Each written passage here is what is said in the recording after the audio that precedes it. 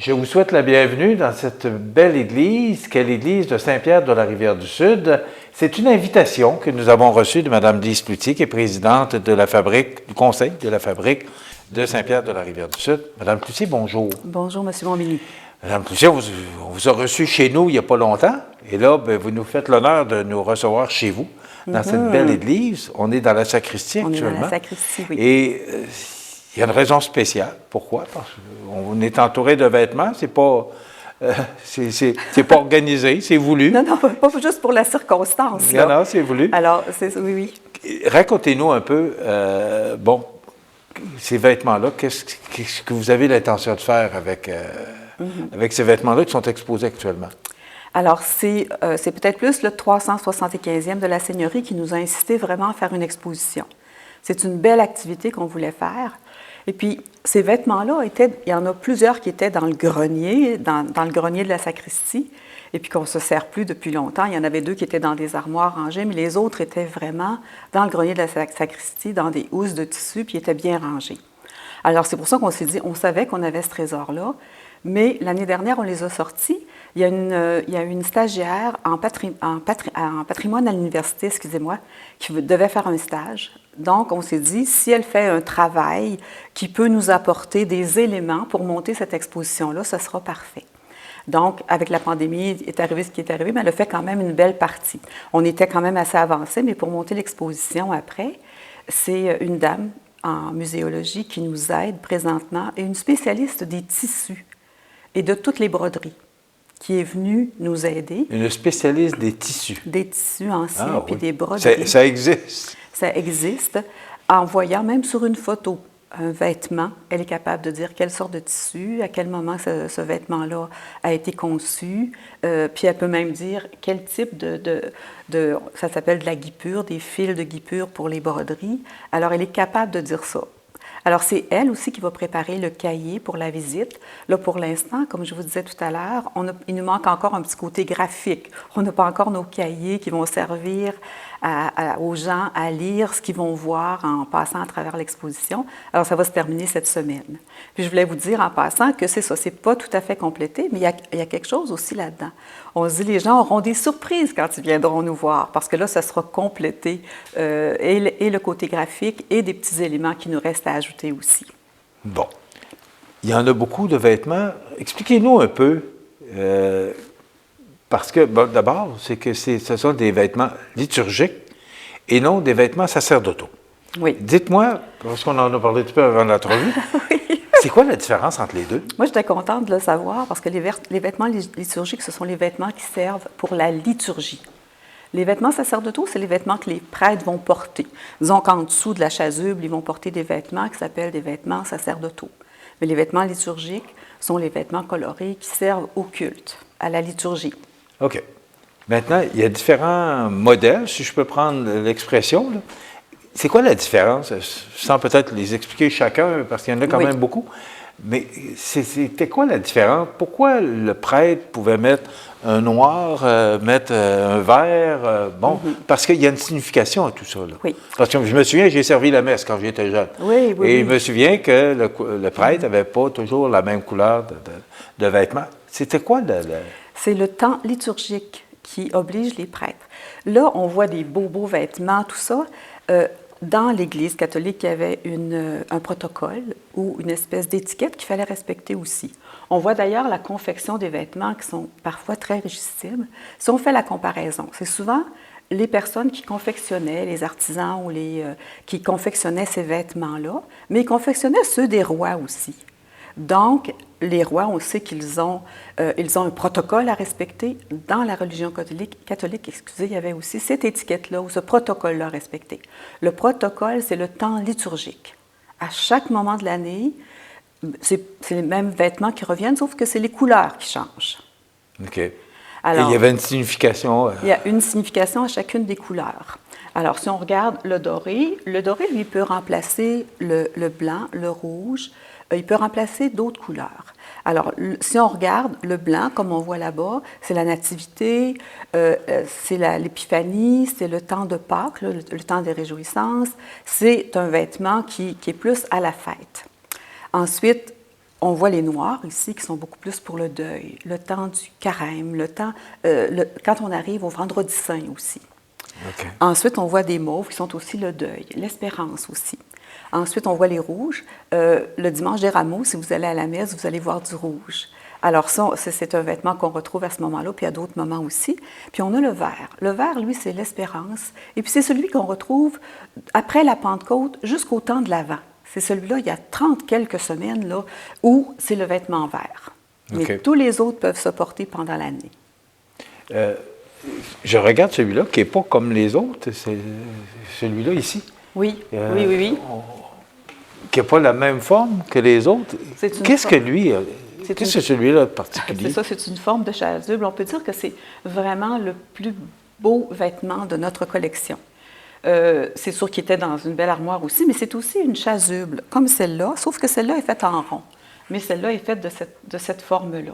Ce qui caractérise celle-là, c'est sûr que c'est la richesse de ses broderies.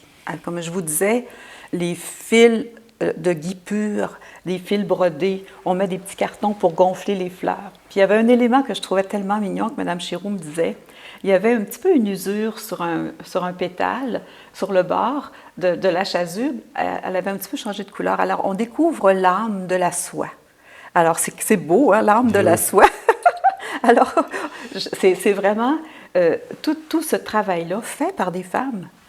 Ça a commencé avec Marguerite Bourgeois, qui était une recluse, puis elle a commencé à faire des vêtements avec de la broderie, puis qui s'est associée à différentes femmes. Puis c'était toujours la beauté des choses. Elle les donnait, ces vêtements-là aussi, à différentes communautés qui avaient moins de sous. Alors c'est pour ça que celui-là, ce qui caractérise, je n'irai pas trop loin là-dedans, celui-là, ce qui caractérise, c'est sa forme, et c'est le même usage. Est-ce qu'aujourd'hui, le prêtre porte encore ces vêtements-là? Il va porter encore les chasubles, les chapes. Comme le 27 juin, nous aurons la procession de la Fête-Dieu. Donc, il y aura une chape avec une cape pour transporter le Saint-Sacrement. La fête du Saint-Sacrement, on sait que ça devait être la Fête-Dieu, comme on dit, là. Ça devait être le 6 juin, mais on a changé la date, nous autres, parce qu'on n'était pas assez sûrs des règles sanitaires. Alors, on va faire ça le 27 juin. Ça peut être le doré ou le blanc pour la fête. Alors, le prêtre va porter une belle chape comme celle-là, mais blanche. Elle n'est pas ici, là. Puis avec comme une cape pour bien tenir l'ostensoir. OK. Alors, mais même en 2021, on respecte encore les règles des couleurs? Oui, mais avec des vêtements peut-être un petit peu plus discrets que ceux-là. Comme ceux-là, on ne les porte plus, là, ceux-là qui étaient vraiment de deuil. Là, ceux-là, si vous remarquez, c'est un tissu de brocart. Le brocart, c'est un tissu qui valait, dans les années 1800, 350 à 450 $ la verge. Alors, avez-vous pensé? C'était vraiment, là, puis on remarque, ils appellent ça des ors froids, là, les bandes de décoration qui sont autour de ce vêtement-là. Les broderies fines, alors, si on regarde tout ça, ces vêtements-là, on les garde plus là, dans notre grenier bien conservé. C'est sûr que s'il y avait quelque chose de très spécial, on a déjà fait une messe en latin. On avait ressorti quelques vêtements à ce moment-là, puis on en avait prêté aussi à un curé de Cap-Saint-Ignace là, qui était venu chercher des vêtements pour faire une messe spéciale dans son église. Alors, comme vous pouvez voir, c'est des vêtements, c'était très riche.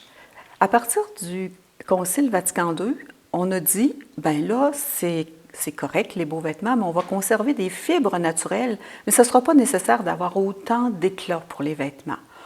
C'était la nouvelle liturgie qui se présentait, donc on voulait peut-être se rapprocher plus des gens. Et ça a réussi?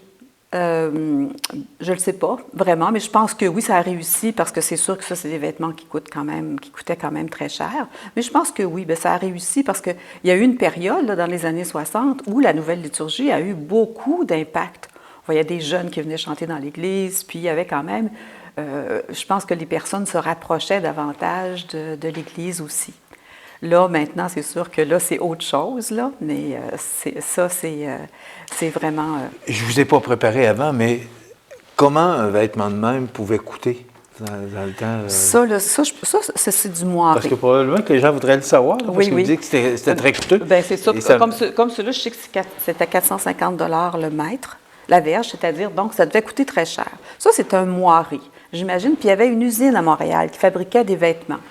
Ces vêtements-là ont été fabriqués en France. Le doré, là, ça a été fabriqué en France. Cela, ça a été fait ici au Canada. Cela aussi. Les moirés, c'est des tissus un petit peu moins chers, mais ça, je ne peux pas vous le dire. Je vais demander à Mme Chéroux quand elle va venir. L'intérieur, c'est tout en soie. Donc, la soie aussi, c'est quand même quelque chose, là, si on peut lever. L'intérieur, c'est tout en soie. Puis ça devait être des tissus, des beaux tissus, pour conserver quand même ce respect-là. Parce que, comme on se disait tout à l'heure, c'est sûr que les vêtements coûtaient très cher. Mais on parlait aussi que le dimanche, les gens s'endimanchaient. Puis ça ne les dérangeait pas de donner des sous pour l'Église. Parce que quand ils arrivaient à l'Église puis qu'ils voyaient le prêtre avec des beaux vêtements comme ça, c'était vraiment le symbole que le prêtre, lui, pouvait parler directement à Dieu. Donc, il fallait qu'il soit, entre parenthèses, chic et avec de beaux vêtements pour que le message passe bien. Mais les gens, dimanche, on en a un petit peu parlé tout à l'heure, c'était important, ça n'allait pas à la messe avec des vêtements sales ou troués, là. Il fallait vraiment que tout en dimanche, c'était vraiment important d'aller à la messe. Donc, le prêtre aussi accueillait les gens. Puis ce que je vous ai dit tout à l'heure aussi, c'est que les vêtements, quand on les regarde, ici, on voit le dos des vêtements. Parce qu'on représente le prêtre qui était à l'autel, quand les prêtres étaient tournés vers l'autel et non vers les gens. Oui. Ça a changé avec la nouvelle liturgie. Donc, le dos des vêtements est souvent beaucoup plus symbolique que le devant, malgré que le devant est beau, mais pour que les gens voient bien ce qu'annonçait le vêtement avec sa symbolique et sa couleur. C'est sûr que la couleur, on la voyait bien aussi. Qui a eu l'idée de cette exposition-là? Bien, je pense qu'on est un petit comité, on en a parlé ensemble. On se disait, quand on a rencontré quelqu'un qui nous a suggéré une étudiante au niveau du patrimoine, on avait déjà l'intention de faire quelque chose parce qu'on se dit, c'est tellement beau ce qu'on a là qu'il faut les mettre en valeur. Avec les vêtements liturgiques aussi, on a ressorti aussi des objets qu'on a, qui étaient dans l'ancienne Église, des objets de 1800, puis on va les mettre un peu partout, comme les chandeliers qui sont juste là. On a sorti ces chandeliers-là. Après ça, on va sortir d'autres objets qui étaient vraiment au niveau du 18e siècle, puis qui étaient dans les 2 premières églises. Alors, on peut dire que c'est notre groupe là, où on travaille ensemble, là, nous, c'est important pour nous de ressortir ces choses-là pour les mettre en valeur pour le 375e de la Seigneurie, parce qu'on se dit, ça faisait partie d'une valeur importante des gens. On en a parlé tout à l'heure. La religion, c'était très important pour les gens.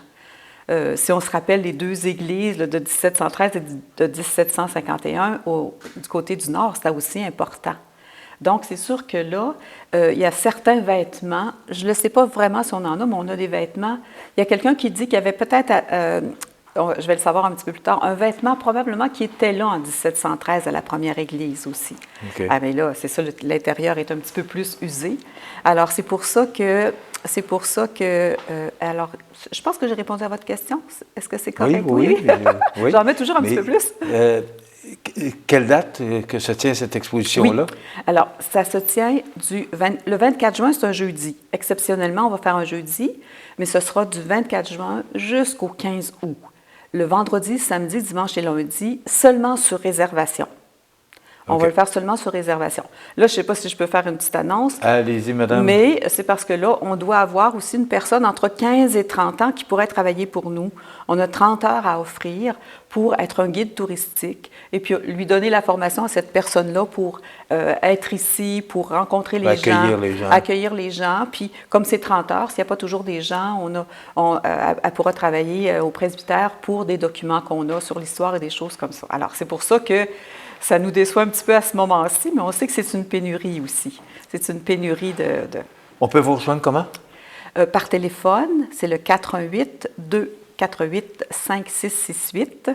Alors, le secrétaire est là 2 jours par semaine, mais le reste du temps, je vais prendre les appels puis les réservations. Alors, 4 jours par semaine, vendredi, samedi, dimanche et lundi, jusqu'au 15 août.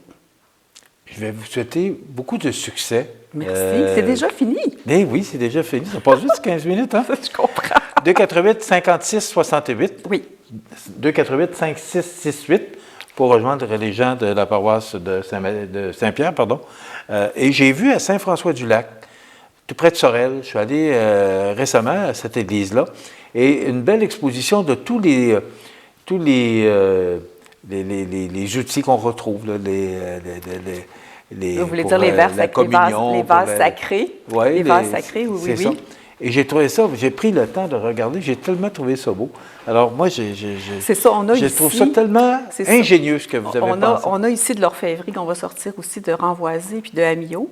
Eux autres qui ont fait ça aussi au 18e siècle. On a des choses dans notre belle armoire aussi qu'on a ressorties. C'est pour ça que c'est une exposition de vêtements, mais c'est une exposition d'époque aussi, où les prêtres se servaient de ces objets-là.